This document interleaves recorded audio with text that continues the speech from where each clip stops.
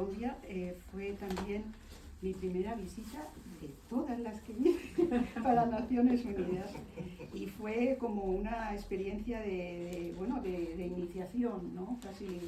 Casi que me hice adulta después de aquello, porque fue también la primera vez que yo me encontré con grupos de víctimas, realmente rodeada de víctimas y de sus testimonios, ¿no? Y eso yo creo que me marcó muchísimo. Tengo también en la memoria la imagen, la foto de el Palacio de Justicia en ruinas. Y parece que voy de un lugar en ruinas a otro, porque la novela ahora también habla de un lugar mítico que vi yo en ruinas, como fue la biblioteca de Sarajevo. Entonces, después regresé a Colombia, como dices, fui cambiando de mandatos, pero me tocó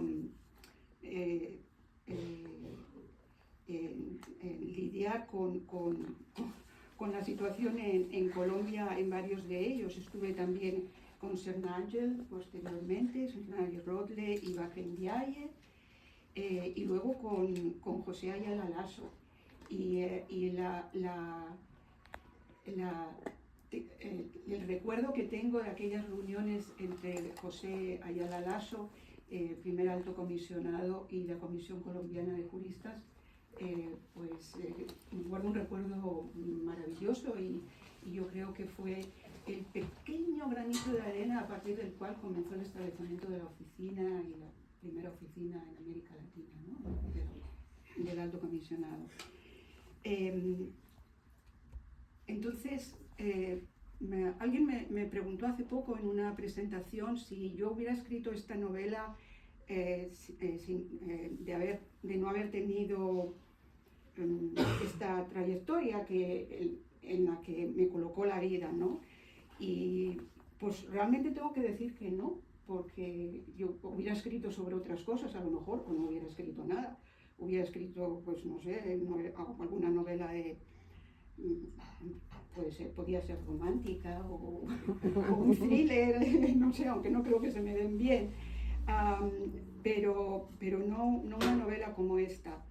Y de alguna manera la razón por la que me puse a escribir tímidamente fue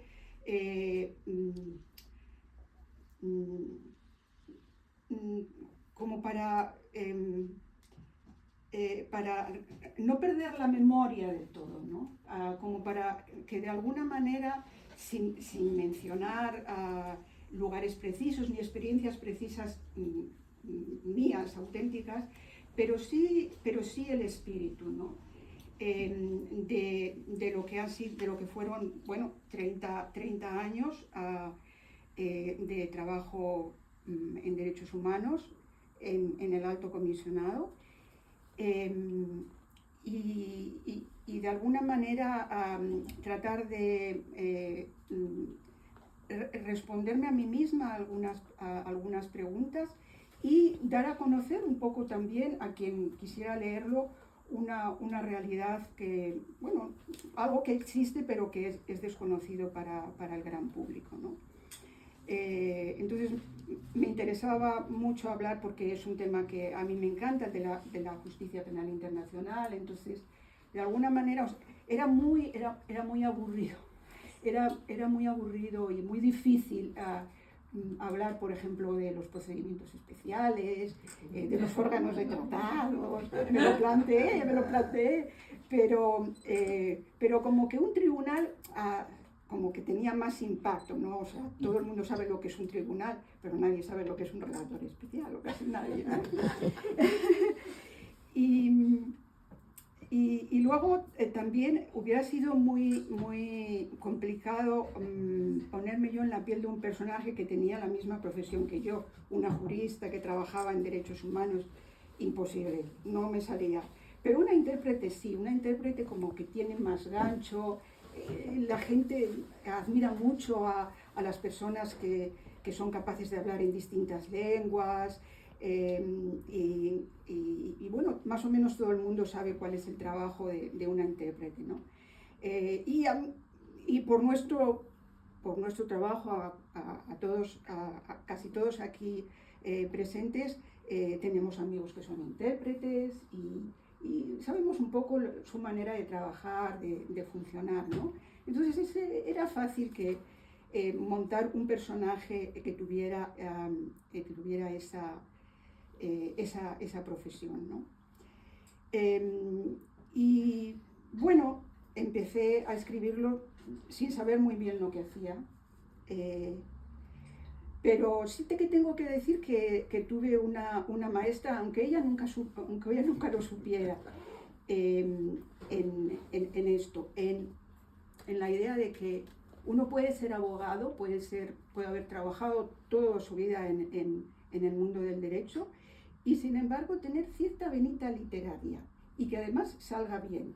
Y yo no aspiraba a que me saliera bien, pero sí que copié eso de quien fue para mí, más que una compañera, fue mi primera mentora a mis 27 años cuando yo empecé a trabajar en la ONU, que fue Mirta Teitelbaum. Algunos la recordaréis. Sí. Y Mirta, cuando se jubiló, dijo que ella no iba a escribir más, no iba a trabajar más en derechos humanos, que ella lo que quería hacer era escribir literatura, porque eso es lo que siempre le hubiera gustado hacer.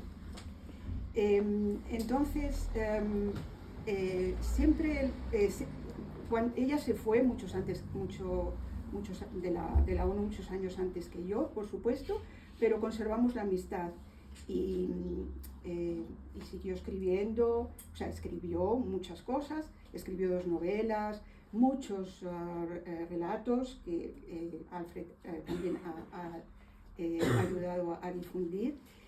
Y bueno, pues para mí era una maestra, entonces yo dije, pues si Mirta puede, a lo mejor yo puedo.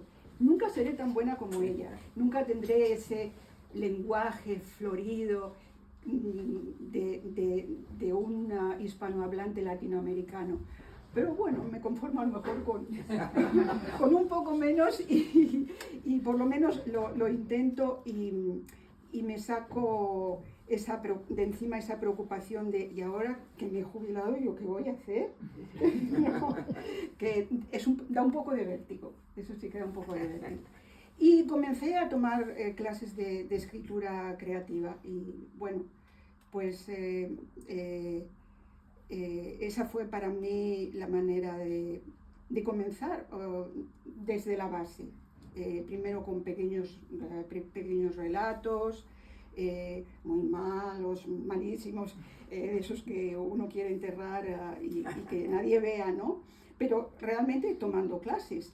Y así pasaron 2, 3 años con clases y un día decidí que, bueno, que a lo mejor iba a tomar un curso de novela ya más formal de un año entero y no tenía ni idea de cuál iba a ser el tema, pero para mi sorpresa, en la primera clase ya nos pedían que hiciéramos un pequeño resumen de la novela que queríamos escribir, de la historia, vaya, no de la novela en sí, pero de la historia que teníamos en mente. Y bueno, estábamos todavía prácticamente en medio del confinamiento y yo había escrito un relato también para otra clase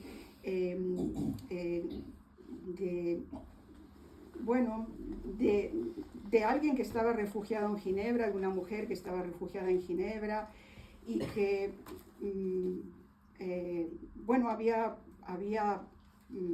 venía de los Balcanes, venía de Sarajevo. Y yo creo que la idea de Sarajevo surgió por el hecho de que estábamos todavía confinados prácticamente. Y la gente se quejaba mucho, no podemos salir y tal.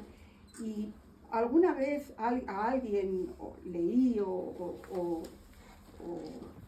escuché decir algo que era fácil de adoptar. Pues sí, no podemos salir de casa, pero por lo menos sí podemos salir a comprar comida, tenemos electricidad, estamos comunicados. Por lo menos no nos disparan cuando salimos a la calle. Y entonces pues rebobiné y pensé en lo que había sido la guerra de Bosnia.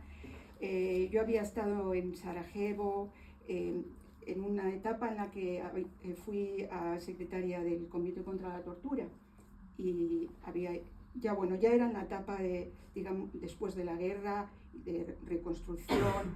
Entonces, había que fui porque el incipiente gobierno bosnio tenía que empezar a preparar los informes periódicos y había que, digamos, darles un poco de asistencia técnica. Entonces fui para eso, estuve unos días allí en Sarajevo, todavía teníamos una oficina allí.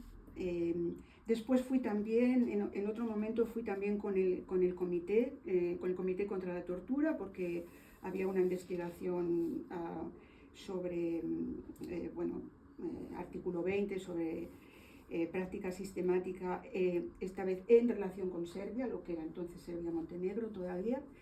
Y pues me familiaricé también un poco con esa parte del mundo, ¿no?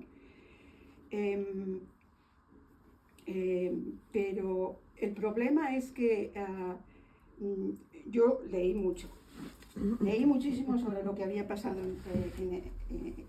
lo que había desencadenado la guerra, pero yo seguía sin entender. Y compré libros y yo leía, porque claro, me tenía que preparar para aquellas visitas, pero realmente era muy complicado. Y después, no sé por qué, pues al hilo de este personaje de una mujer de los Balcanes refugiada en Ginebra y de origen musulmán además, pues yo tenía que saber lo que había pasado y entonces pues me empecé un proceso de documentación, bastante importante, porque lograr entender ese conflicto no es fácil. Entonces estuve, prácticamente todo el tiempo en el que estuve escribiendo la novela, que fueron como 3 años, me llevó. Pero sobre todo al principio pues recuerdo al menos 6 meses de mucho leer y de mucho recopilar información para lograr entender mínimamente lo que uno puede entender desde fuera, no siendo de allí, porque da un poco de vértigo escribir sobre algo, un conflicto en este caso, una parte del mundo que no es la de uno.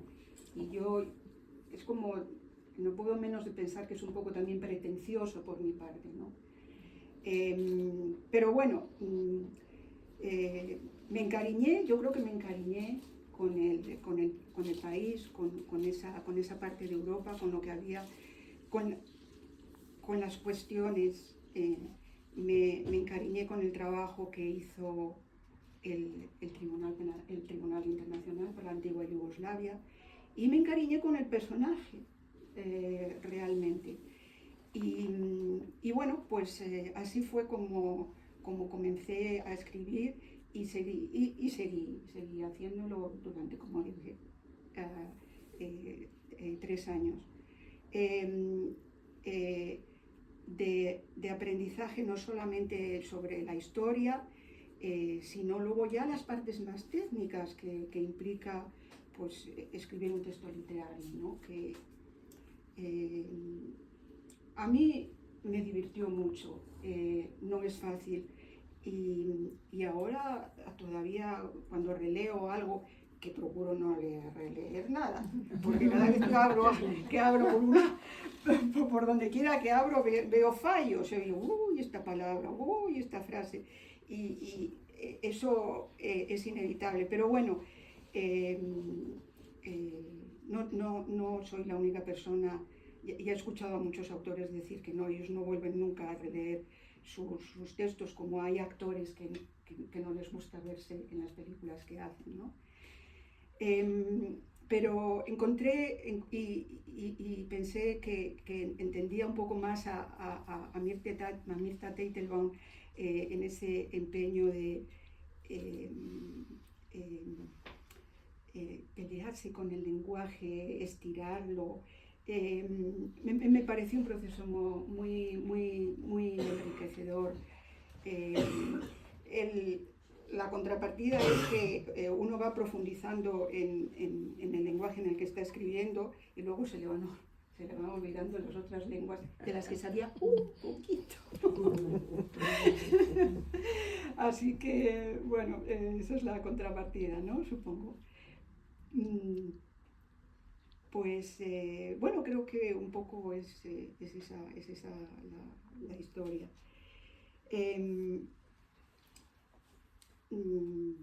No sé si hay alguien que quiere intervenir. Alfie, tú que la has leído recientemente. Como ya te dije, contarme algo? como ya te dije, está muy bien traído, me convence, me identifico con personajes, en particular con Dragan. A quien no crees que me puedo identificar con Dragan, que al fin y al cabo se muere en un accidente. Pero no cuentes el final, ya me hiciste spoiler. Bueno, como te dije con anterioridad, yo soy un lector de novelas muy fastidioso y caprichoso. A mí las cosas me gustan como yo quiero que se desarrolle la trama, y cuando no se desarrolla de esa manera no me gusta. Y te aseguro que estuve muy contento de llegar al final y dije, se termina bien, me gusta cómo se termina, para mí es optimista, tiene sentido. Y eso lo voy a reflejar dos veces. Una, en el artículo que voy a publicar en el New Special, que voy a hacer un artículo sobre esta reunión, la presentación en Albatros, pero también hago una crítica más, digamos, profesional en la revista literaria de Naciones Unidas en el extempore. Pero como te digo, aprendí mucho, me gustó mucho también la técnica, los flashbacks, que tú usas, rebobinas, como tú dices, y fast forward también. Sí, eso, sí. Las técnicas o estrategias, si tú quieres, literarias son buenas, me convencen. Y por eso se lo recomiendo a todo el mundo, léanlo. Gracias. Sí, bueno, yo quería hablar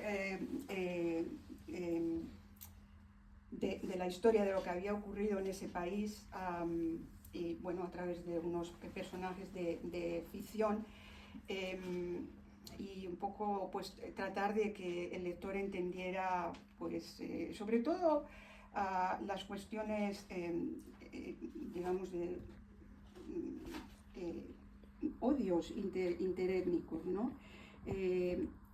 Uno puede hablar bueno, en este caso de la guerra de Bosnia desde muchas perspectivas diferentes, ¿no? Yo quise enfocarme en algunas pocas, digamos,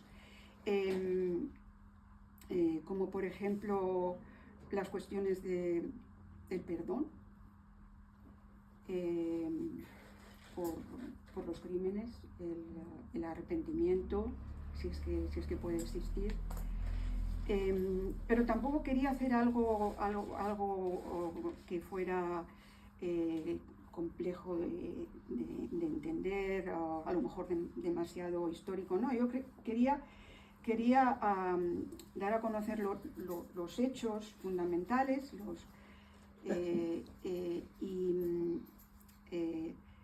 pero quería que fuera sobre todo una obra literaria también y no puramente histórica, menos todavía jurídica.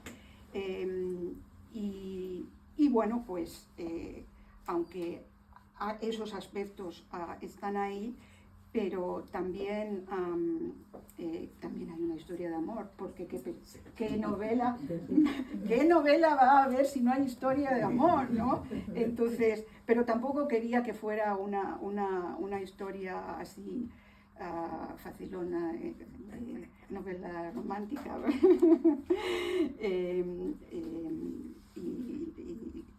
Y bueno, creo que lo peor que puede haber en literatura, o sea, en ficción o también en poesía, por ejemplo, que es un campo que estoy explorando ahora un poquito, son los lugares comunes. Entonces, si había una historia de amor, que ya el tema en sí es bastante lugar común, pero no podía ser una al uso, ¿no? Entonces tenía que ser algo así un poco complicado de entender y con unos personajes que no sabe uno muy bien lo que les pasa por la cabeza. Precisamente para dejar el campo un poco libre al lector también, para que rellene esos huecos, ¿no? Y bueno, pues esto para decir que no todo es tragedia, que no todo es los traumas de una persona que ha tenido que exiliarse y que ha vivido en carne propia los desastres, la injusticia de una guerra, sino que también hay, bueno, pues eso, una historia de amor que sirve un poco como hilo conductor, y también una mirada hacia el futuro, ¿no? de transmisión y de transmisión de la memoria, que también ese es un tema que me interesa. Y un tema que es importante para cualquier persona que se dedica a los derechos humanos, ¿no? La memoria, la transmisión de la memoria. Y bueno, pues no sé si hay alguien más que... No, Carmen Rosa, muchas gracias por contarnos esas infidencias y debo decir que conociéndote como te he conocido en tu trabajo profesional en Naciones Unidas, en diversas dependencias, siempre vi esa tenacidad con la que asumías el trabajo, y no me extraña, pero me causa mucha admiración ver el proceso que hiciste para la redacción y los cursos que tomaste y el tiempo, que me parece muy corto. Así que, pues, felicitaciones muy sinceras por toda esa energía, ese esfuerzo dedicado a eso y ese resultado. Cuéntanos, el personaje central, la mujer, ¿la creaste tú? ¿O tenía referencia de alguna persona o algunas personas que te inspiraron? Me hacen esa pregunta algunas veces también, si Milena está basada en alguien a quien yo conocí. Y en realidad tengo que decir que no. Supongo que, o sea, al caracterizarla, al dotarla de personalidad, uno va depositando en el personaje cosas de uno mismo, ¿no? Porque si no sacas de lo que tú eres, de lo que tú has vivido, ¿de dónde, no? Para eso haces una novela fantástica, a lo mejor, pero no es mi género favorito, ¿no? De la literatura fantástica o de aventuras. Entonces, supongo que hay cosas en ella en su manera de, como la vemos, sobre todo como la vemos reflexionar, y puedo leer algunos pequeños pasajes, ¿no? De cómo ella piensa, ¿no? Entonces, pues seguramente hay cosas mías, seguramente que sí.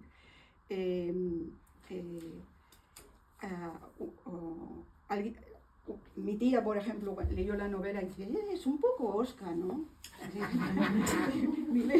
Sí, pero es un poco Oscar. Y yo dije, sí, bueno, es querido, pero yo creo que yo puedo ser también bastante Oscar. Entonces, mi marido lo puede decir, que a veces soy también un poco Oscar. Entonces, sí, supongo que hay cosas de mí también, ¿no? Pero no, así alguien a quien no yo haya conocido con esa trayectoria, no, realmente no.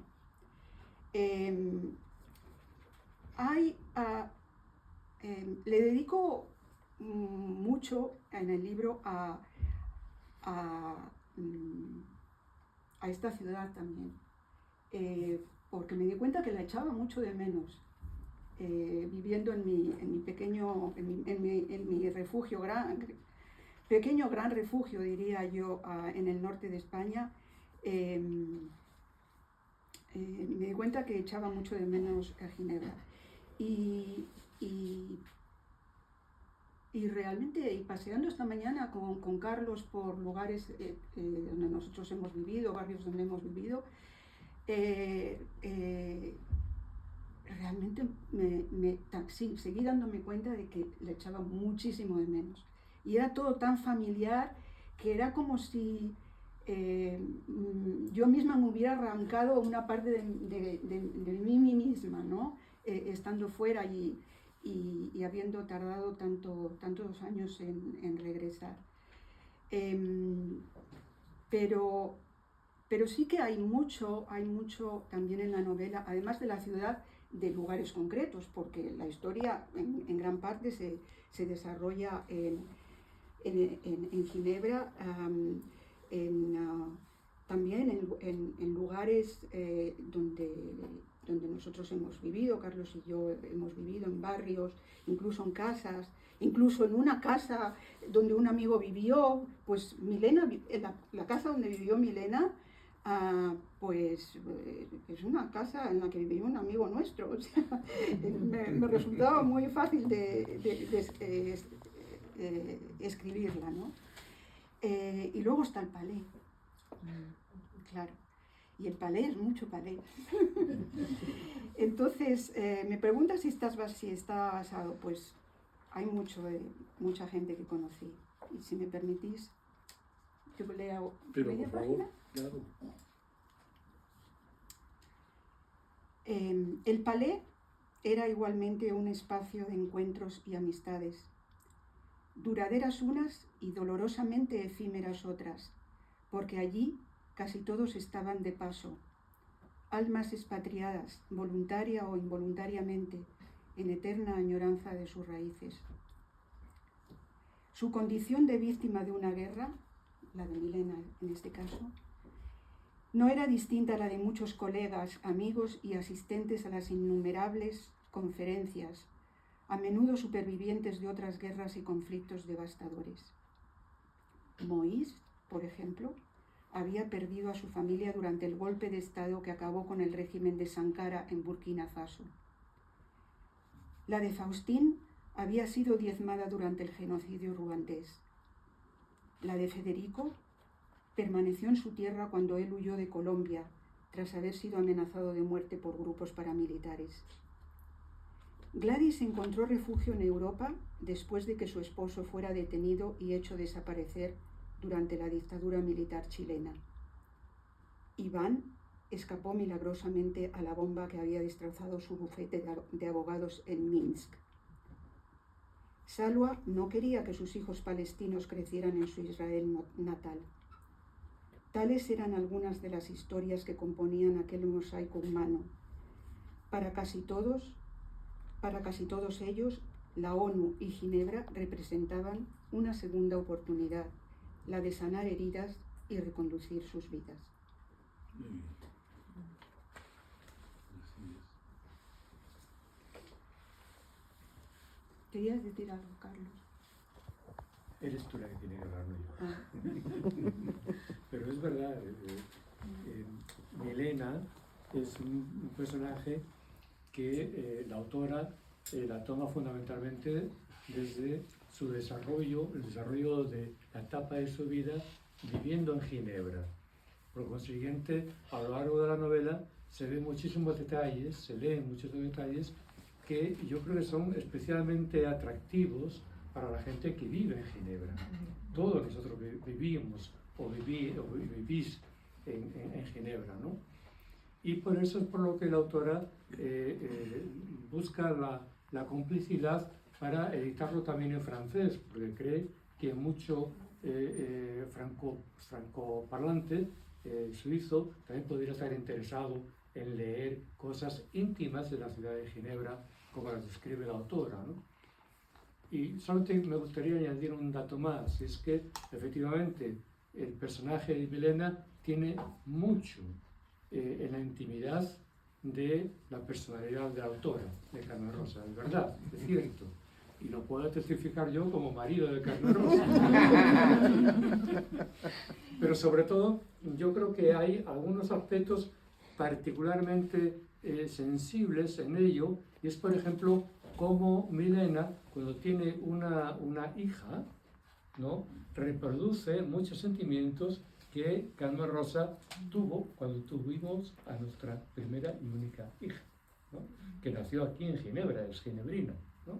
Y bueno, pues hay muchas cosas que van de la realidad a la ficción y de la ficción a la realidad y se funden y no se sabe muy bien qué fue realidad y qué fue ficción. Bueno, pues como tampoco iba a alargarme demasiado, quizá para centrar un poco más la historia, puedo leer el comienzo, ¿vale? Uh-huh.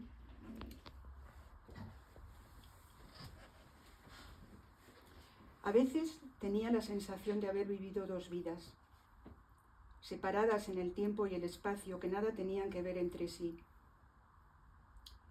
A veces, a pesar de los años transcurridos, aún observaba sus dos vidas con extrañeza, con la sospecha de que algo no encajaba, que una pieza del mecanismo que la propulsaba estaba defectuosa, y cuando oía su chirriar, apenas perceptible, el suelo bajo sus pies se volvía inconsistente.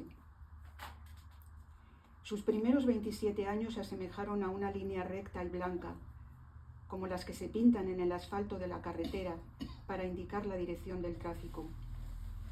Una línea firme, previsible, similar a las que habían guiado las mujeres de su familia. Ella nunca había sido dada a aventuras, a buscar lejos lo que podía encontrar al alcance de su mano, mucho menos a cuestionar la forma de vida y los valores de sus mayores. Debió de ser el apego a sus raíces lo que le impidió presagiar que su línea blanca y recta empezaba a desdibujarse, que no solo nadie acudía a repintarla, sino que día tras día un tráfico cada vez más denso y caótico iba depositando una mugre espesa hasta cubrirla por completo. Ella seguía teniendo presente su línea, convencida de que más pronto que tarde saldría a la calle y estaría ahí, el orden regresaría, y la vida retomaría su curso en el punto donde se había detenido. De alguna manera fue así, y volvió a verla, sucia e imprecisa, pero estaba. Sin embargo, algo había cambiado. El trazo ya no era tan recto, la línea retrocedía, giraba sobre sí misma, desaparecía para volver a surgir unos pasos más allá, zigzagueaba, se desbarataba, hasta convertirse en un garabato, un laberinto de rayas caótico donde todas las salidas estaban bloqueadas. Instinto de supervivencia, caprichos del destino o buena estrella, un recodo que le había parecido improbable comenzó a abrirse, y tras él los senderos del laberinto se fueron ensanchando, los obstáculos se volvieron más accesibles. Dejándose llevar, avanzaba a tientas, temerosa del engaño que podía estar esperándole a la vuelta de la esquina, insegura de merecer la salida. El trazo fue volviéndose más y más preciso, hasta formar de nuevo la línea blanca que apuntaba recta hacia el horizonte. Solo que ese horizonte era irreconocible y ajeno. En su nuevo yo, ella ya no se llamaba Milena Sokolovich, sino Milena Monnier. La ciudad en la que vivía ya no era Sarajevo, sino Ginebra. Su familia ya no eran Hanna, su madre, Amin, su padre, y Marija, su hermana, sino Jacques, su esposo, y Emma, su hija. La lengua que hablaba en casa ya no era serbo-croata, sino francés. El diario que leía no era Oslobodenje, sino la Tribune de Genève. Su pasaporte no la identificaba como yugoslava, sino como suiza. Lograste una musicalidad maravillosa. Quizás me atrevo a proponerte, ¿por qué no explicas el título? Mariposas negras sobre fondo rojo. Ya. Bueno, en algún lugar de la novela, pero esto es cierto, cuando se quemó la biblioteca de Sarajevo una noche de agosto de 1992, la ciudad apareció al día siguiente sembrada de papeles negros, cenizas de papel que pululaban por el aire, y la gente decía que parecían mariposas negras. Entonces me gustó esa imagen simplemente cuando la leí, la idea de las mariposas negras. Y bueno, el fondo rojo es obviamente el rojo de la sangre, del fuego. Sí, bueno, únicamente precisar, para los que no están habituados con esta parcela de la historia, que la biblioteca de Sarajevo no se incendió por un cortocircuito, sino que fue por un bombardeo querido y buscado y escogido por los bosnios, perdón, por los serbios, los serbio-croatas y los serbios. Y además utilizando bombas incendiarias para que se quemara todo bien, porque lo que trataban de erradicar del mundo, de la faz de la tierra, era la cultura musulmana. Y esa biblioteca de Sarajevo era un colofón de cultura musulmana, con muchísimos manuscritos de la Edad Media, incluso del pensamiento musulmán, de la filosofía y de la religión musulmana.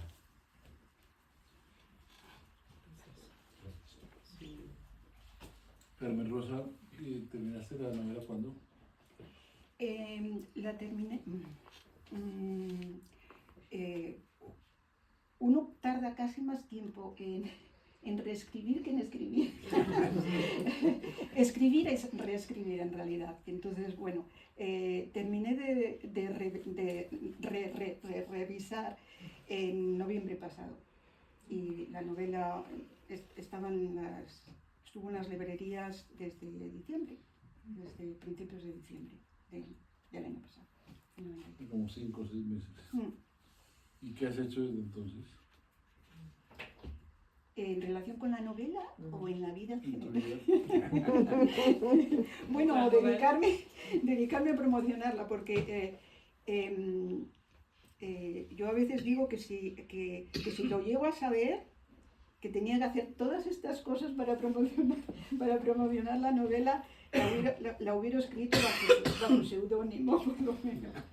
Bueno, es todo un trabajo tratar de promocionar la obra de uno, sobre todo cuando eres nadie, nadie te conoce, nunca has escrito nada, nunca has publicado nada. Y además quien te publica es una editorial muy pequeñita. Yo realmente tuve la suerte de, como todo escritor novel, normalmente la gente envía sus manuscritos y empieza a mandar sus manuscritos a muchos sitios, ¿no? Esperando que suene la flauta en algún momento. Y yo tuve la grandísima suerte de que no tuve que hacer nada de eso porque tenemos un amigo editor en Asturias, donde vivimos, ¿no? y que lo conocíamos muy bien porque a Carlos ya le ha publicado bastantes cosas. Y, en fin, yo le mandé mi manuscrito rogándole que por favor, que no se sintiera obligado, si no le gustaba, que no se sintiera obligado para nada en publicarla.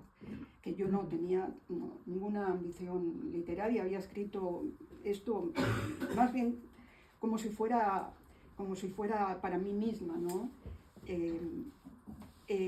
Pero él dijo que sí, que la iba a publicar, ¿no? Pero, como digo, es una editorial pequeña, entonces requiere también la contribución del autor en la fase de darla a conocer, obviamente, ¿no? Entonces, pues hay que hacer presentaciones de libros como esta, hay que tratar de que los periodistas de las secciones culturales de los diarios pues sepan que existe. A veces te dicen sí, pues no está mal y tal la novela, pero ¿me puedes preparar un texto y te lo publico? Bueno, tengo que decir que al menos he logrado que no tener que pagar para hacerlo.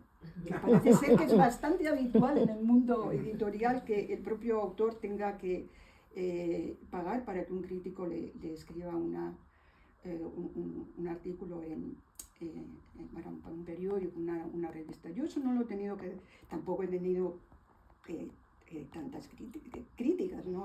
Creo que cuento 3 periódicos que me han sacado una reseña. Pero bueno, es pues el mes pasado estuve aquí en el Salón del Libro para hacer firmas con Rodrigo, que me invitó y lo pasé muy bien, pero había que venir. El próximo martes, por ejemplo, es el Día del Libro, al menos en España, y hay una firma en una de las librerías en Oviedo y me han pedido que vaya a firmar libros. Bueno, pues iré no puedo decir que no a nada, ¿no? Entonces, claro, a mí me molesta mucho. Yo esto lo regalaría a todos los que estáis aquí. De verdad que, o sea, es que para mí es una cosa, eso de que alguien tenga que pagar para leer mi libro, es que que no me entra en la cabeza. O sea, me cuesta muchísimo, ¿no? Me gustaría de verdad regalarlo. Pero reconozco que mi editor tiene que vivir de algo y Rodrigo también tiene que vivir de algo. Entonces bueno, pues hacer la promoción y ayudar en la difusión de la obra es obligado. Y bueno, y a eso me he consagrado bastante tiempo, pero no solo, obviamente no es solo esto.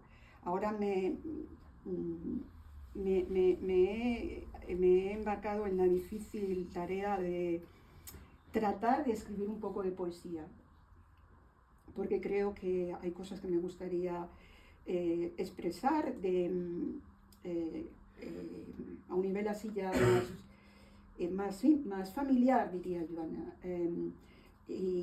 Y creo que la poesía me sirve más que la prosa y que la ficción, ¿no? Entonces, bueno, estoy tratando, también estoy haciendo cursos, ¿eh? No me ha salido así, yo hago cursos para todo. Para todo lo que me interesa yo empiezo haciendo cursos. Entonces bueno, estoy haciendo un taller de poesía y estoy haciendo ahí mis pinitos. De vez en cuando le leo algo a Carlos y se queda así un poco. Que no sabe qué decir. Bueno. Perdón que viene, pero no renuncias a una segunda novela. No, le cogí gusto. No. Digamos, yo creo que a esta novela yo le debo muchísimo. muchísimo porque me ha abierto como un mundo, o sea, un mundo nuevo, ¿no? Y escribir me da la oportunidad también de leer mucho. Y me gusta mucho leer, y me gusta mucho la historia, y precisamente aprender más sobre cosas que me han interesado a lo largo de todos estos años, pero que yo no podía profundizarlas porque el trabajo no me lo permitía, ¿no? No había tiempo para ello. Entonces, lo que sí he descubierto también es que no me siento capaz de escribir sobre casi nada, pero sí me gusta intentarlo sobre temas así que tienen un trasfondo histórico importante, y luego unos personajes totalmente de ficción que van desarrollando la historia. Y me ha dado mucho, pero una de las cosas que más gusto me han dado de comentarios que he recibido sobre ella, yo diría que las personas que lo han leído son un puñadito nada más, obviamente. Tampoco aspiro a mucho, a que lo lean muchas más, ¿no? Pero cuando la gente me dice que pero gente normal. Mi amiga, por ejemplo, que es peluquera, que no pasó de la escuela primaria, y que leyó la novela y me dijo, ay, me ha encantado, y he entendido todo. Y digo, pero ¿no te resultó así, un tocho, así, muy aburrido? Y te dice, no. Yo la leí en un viaje, y de un tirón, dice, y cuando la terminé, volví a mi casa y empecé a leerla otra vez. y no es una abogada como yo, no es alguien, bueno, a ella le gusta leer, obviamente, pero es, como digo, no, es una persona que no pasó de la escuela primaria, y que ella me haya dicho que le ha gustado y que no se aburrió y que entendió la historia sin ninguna dificultad, eso para mí ha sido fantástico. Entonces, ese esfuerzo de no hacer nada con,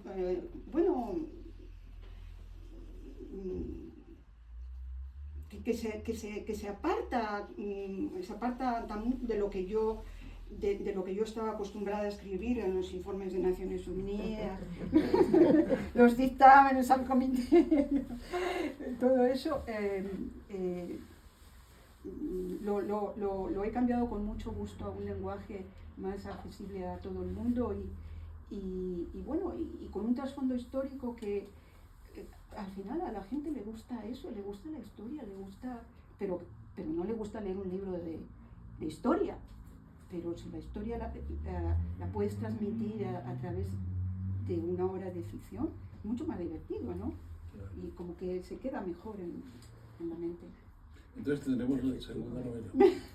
Ya me gustaría, pero yo no prometo nada. No prometo nada. Qué bueno. No sé si alguien tenga... Como ya te escribí, el libro tiene potencial cinematográfico. ¿Quién tiene los derechos de adaptación teatral o para película? Bueno, por contrato, el 50%. El editor tiene derechos sobre la obra, y si alguien tiene interés, pues por ejemplo en hacer una traducción al inglés, pongamos, en el mejor de los mundos, que una editorial de aquí estuviera interesada, tendría que comprarle los derechos al editor de la obra, y que sería una negociación, digamos, entre ellos. Hasta ahí sé, porque eso es lo que pone el contrato que yo firmé con la editorial. pero de lo demás no sé nada. Tiene potencial, porque es genuino. Te puedes identificar con los personajes. Es muy fácil. Estoy completamente convencido que tu peluquera efectivamente le gustó, porque se entiende. La trama sigue, no te salta. La trama convence. ¿Alguien más?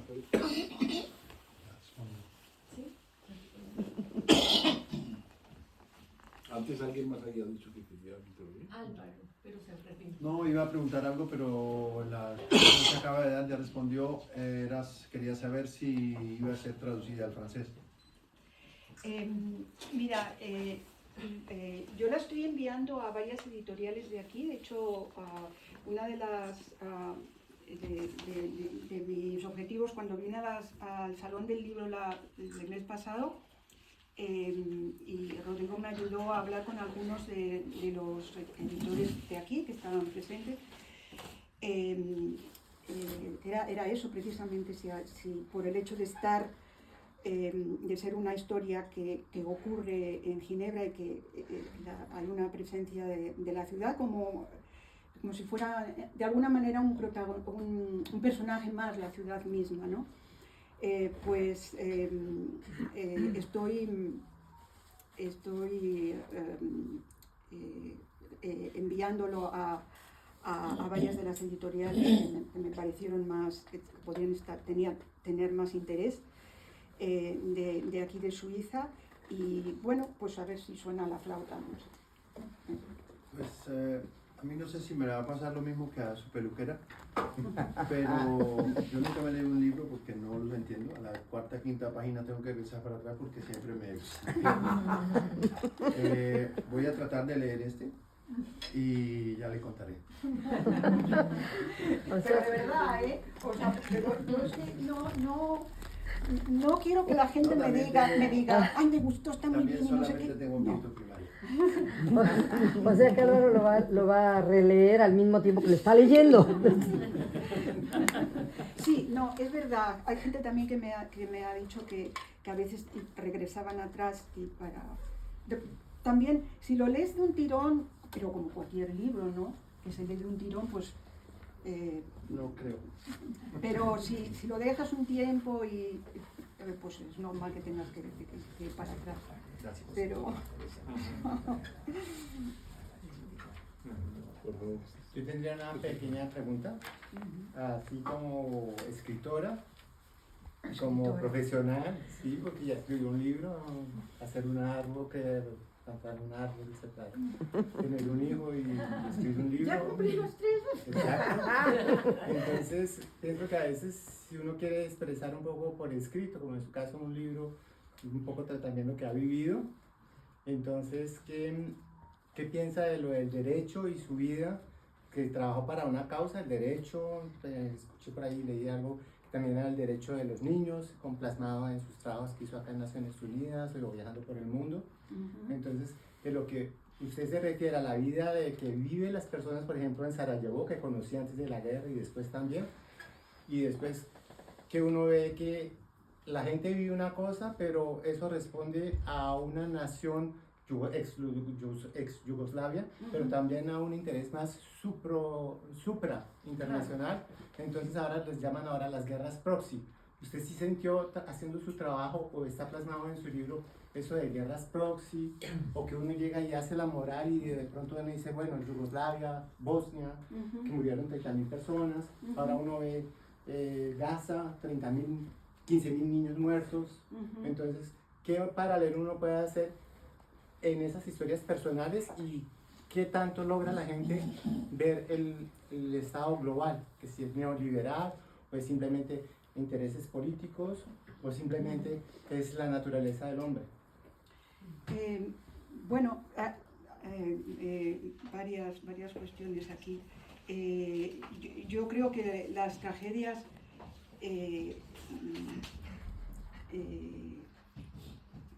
resultado de una guerra,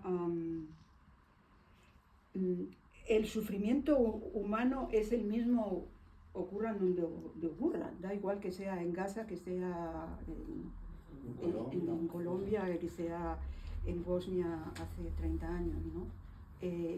Y precisamente como es una obra de ficción, y ese era mi objetivo, no era hablar de lo que pasó de una manera, digamos que la parte histórica es importante, pero no es lo principal. Yo creo que, o sea, mi objetivo principal era las consecuencias que esa guerra tuvo en una persona, en el personaje principal, ¿no? Y bueno, y luego los que podían girar alrededor también. Pero es el drama humano lo que me interesa, el drama humano de la gente normal y corriente, como cualquiera de los que estamos aquí. Entonces es eso lo que traté de reflejar.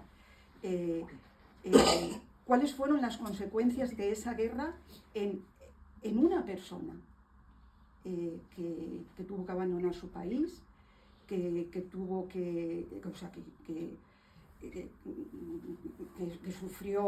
sufrió la pérdida de su familia, de parte de su familia, y eso es universal, ¿no? Y luego hay otras cuestiones que sí que también me interesaban, como decía antes, quise centrarme en cuestiones relativas a los sentimientos de culpabilidad, de arrepentimiento, y eso también es un tema universal, ¿no? Como un tema relacionado con el mal, la existencia del mal, y cómo algunas personas que pueden causar tanto mal, ¿no?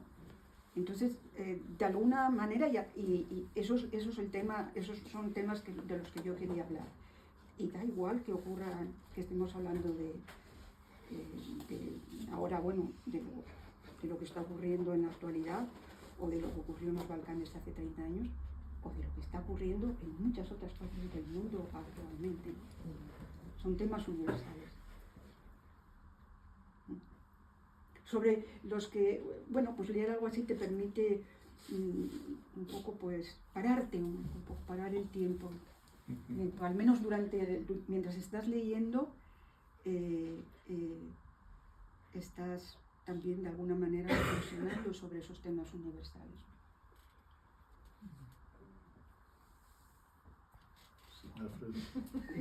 ¿De dónde sale la doctoresa Vollenweider?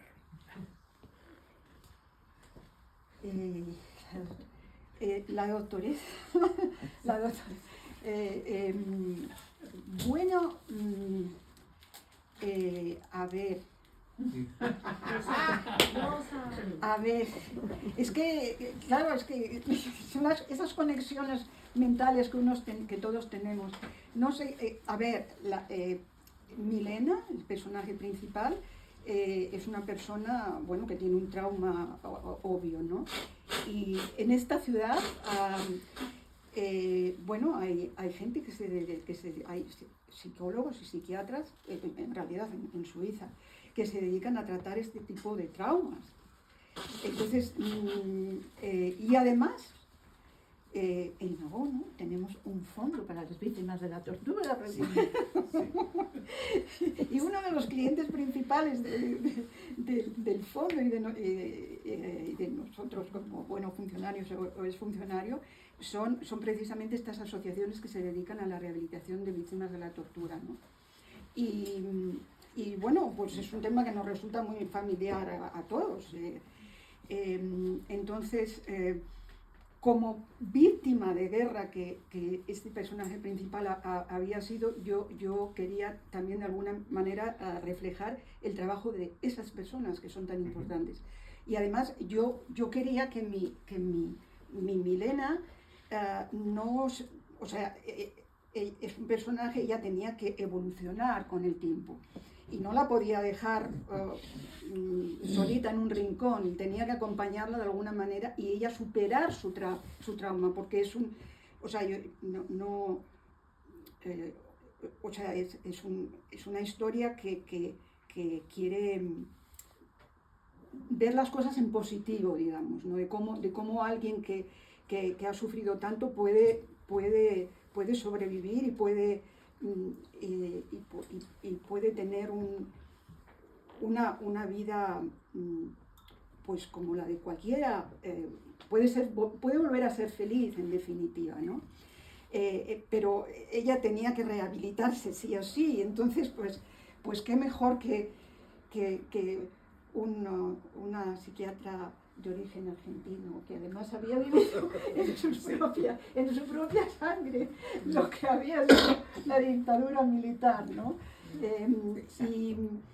Y además, pues, había que darle un nombre, o sea, un apellido alemán, ¿no? Eitelbaum, por ejemplo. Y yo creo que, eso no me acuerdo exactamente, pero yo creo que en algún momento conocí aquí algún Bollenweider. Pues seguramente me gustó el sonido de ese apellido, la musicalidad, algo Existe así. un músico suizo que se llama Bollenweider. Bueno, ves tú, a veces uno sabe cosas pero no sabe de dónde le vienen, ¿no? Sí.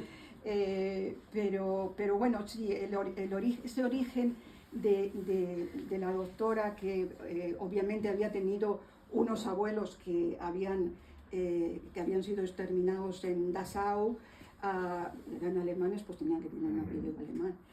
Entonces, Ginebra tiene eso, y trabajar en la ONU también, que pues esa mezcla de lenguas, de apellidos, de orígenes, todo ese melting pot, pues de alguna manera lo quería reflejar, ¿no? Así como los propios orígenes de las personas que trabajan en la ONU, ¿no? Sí.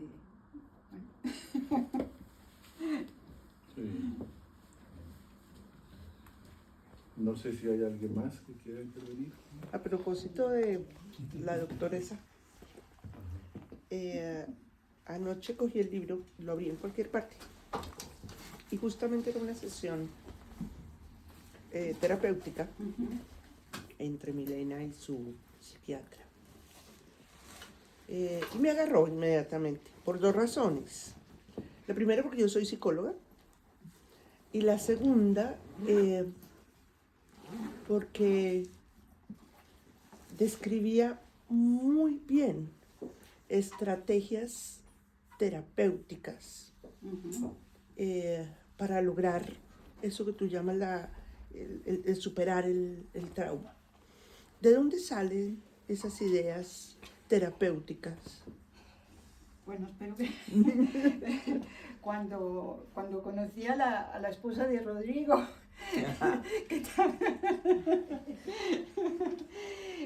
y me dijo que era psicóloga, ¿no? Yo dije, ay madre, que ahora lea esto una psicóloga va a decir pero ¿qué ha escrito esta mujer aquí? Bueno, pero sí que tenía mucho miedo a meter la pata, digamos, ¿no? Quería hablar de esa profesión, de las personas que se dedican a tratar este tipo de víctimas, pero yo no tenía ninguna experiencia, o sea, ninguna técnica de nada. Mi experiencia con psicólogos ha sido cuando yo en algún momento de mi vida he necesitado acudir a ellos como paciente, ¿no?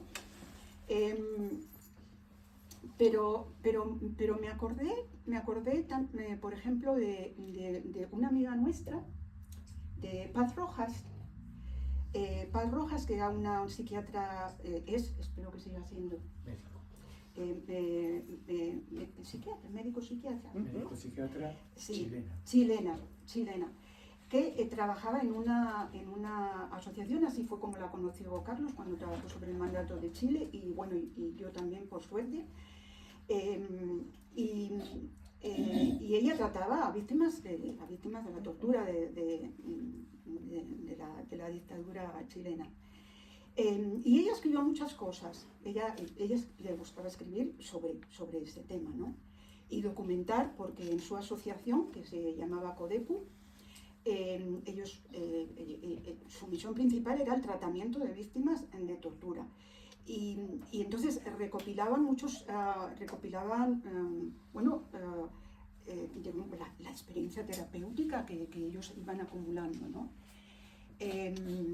Entonces, esa experiencia ella la concretó aún más por lo menos en un libro que yo, cuando me puse a buscar, a trabajar en ese aspecto de la historia, inmediatamente busqué Paz Rojas a ver lo que Paz había escrito y encontré cosas de ella. Entonces le copié. Entonces le copié cosas como hay alguna escena en la que la protagonista sueña con su hermana desaparecida y realmente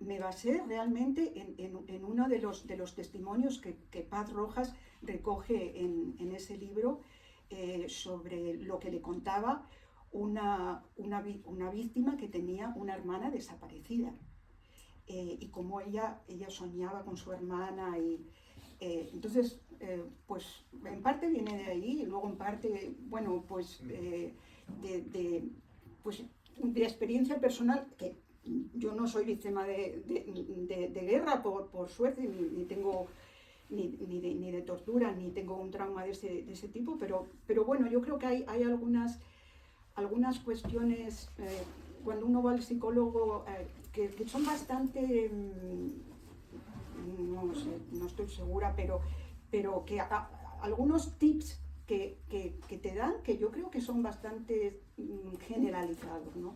Como por ejemplo, lo que ayuda el escribir, por ejemplo, el plasmar, a lo mejor en escritura automática, simplemente el paciente, a mí fue algo que me propusieron y que me gustó escribir así, cosas que me pasaban por la cabeza, ¿no? O dibujar también, y luego comentar esos escritos con la terapeuta, ¿no? Entonces, simplemente eso, pero realmente yo no quise profundizar para nada en ello porque me encontraba que no estar a altura ni muchísimo menos. O sea, lo que digo es lo mínimo de lo mínimo para realmente no meter la pata. Pero sí que eso me dio pie también lo de la escritura automática para luego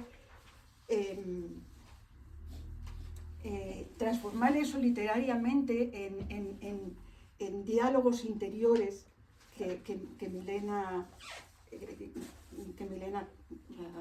expresa, ¿no? O sea, sí, la novela está básicamente escrita en tercera persona, pero hay algunas partes que yo las llamé introspecciones para distinguirlas de las otras, en las que es ella la que habla, ¿no? Lo que le pasa por la cabeza. Y pues lo típico que trata de reproducir el diálogo ese que nosotros tenemos todos con nosotros mismos en algún momento, ¿no? Por ejemplo, aquí digo, y es ella la que habla: en mi habitación de hotel trato de dormir, pero no puedo. El rostro apagado del señor Mujanovich me acompaña, sus labios temblorosos, su voz parsimoniosa, sus palabras y las mías orquestadas en una polifonía acompasada, un dúo cómplice casi íntimo. Cuando su voz se quiebra, la mía se alza para sostenerla, hacer que no desfallezca, permitirle llegar al final y que todos la escuchen, la entiendan, la hagan suya. Es ese diálogo interior que en realidad en el marco de la historia es ella la que habla, o sea, es ella la que escribe esas cosas que le pasan por la cabeza cuando escucha los testimonios de las víctimas ante el tribunal el Tribunal Penal sobre la antigua Yugoslavia.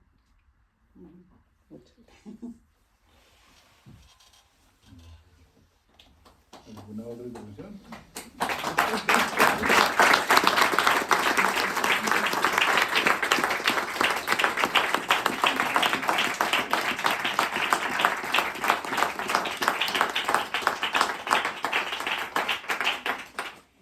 Creo equivocarme si interpreto que todas y todos aquí te felicitamos por el magnífico esfuerzo y trabajo que has hecho y te agradecemos tanto por la obra artística que nos entregas como por el tema y las reflexiones y la ilustración acerca de una situación tan difícil, tan dramática. Muchas gracias, Carlos. A vosotros.